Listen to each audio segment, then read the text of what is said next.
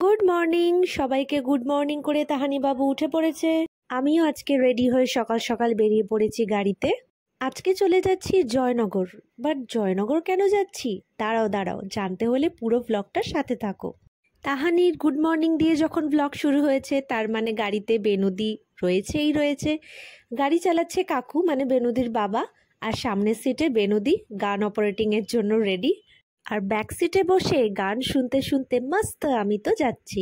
তবে আগের দিনকে আমার একদমই ভালো ঘুম হয়নি, জানি না কেন। অলমোস্ট সারা রাত জেগে, তাই এই প্রথমবার গাড়িতে আমার খুব শরীর খারাপ হলো। জেনারেলি আমার একেবারেই গাড়িতে ভমিটিং বা আদার্স কোনো রকমের ইস্যু হয় না, কিন্তু সেদিনকে এতটাই শরীর খারাপ, বমি করে মানে যাতা অবস্থা।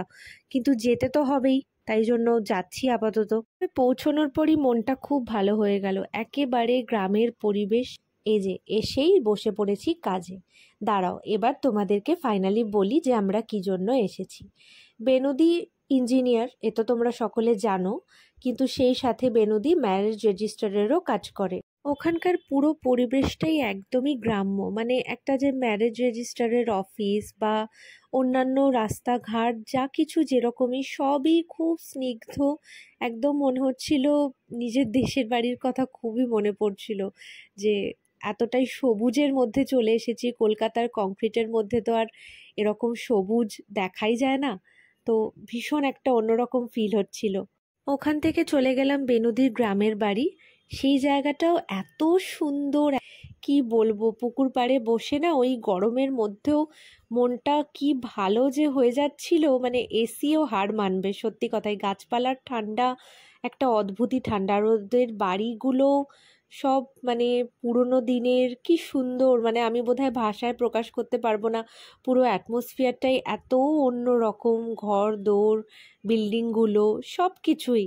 আর সব থেকে ইন্টারেস্টিং বিষয় হলো বেনুদিদের গ্রামের বাড়ির বাগান। ও মাই গড, এত সুন্দর বাগান! এবং সেখানে যে কি কি গাছ আছে আর কি কি গাছ নেই, মানে না দেখলে বিশ্বাস করার মতো না। আর পুরো গ্রাউন্ডটা দেখে মনে হচ্ছে তো যে এত রোদ্দুর এত কিছু, কিন্তু কি প্রশান্তি, কি যে ঠান্ডা, কি যে আরাম! আমি মানে তোমরা কেউ না গেলে বোধহয় বুঝতে পারবে না। গরমেও তাই ম্যাও পশুগুলো দেখো কেমন ঠান্ডার আমেজে শুয়ে আছে। সবচেয়ে ইন্টারেস্টিং বিষয় হলো আম গাছ থেকে টুপ টুপ করে আম ঝরে পড়ছে। সেই আম গাছ থেকে সদ্য পড়ছে, আর কুড়িয়ে খাওয়ার যে কি আনন্দ, সে তোমাদের কি বলি।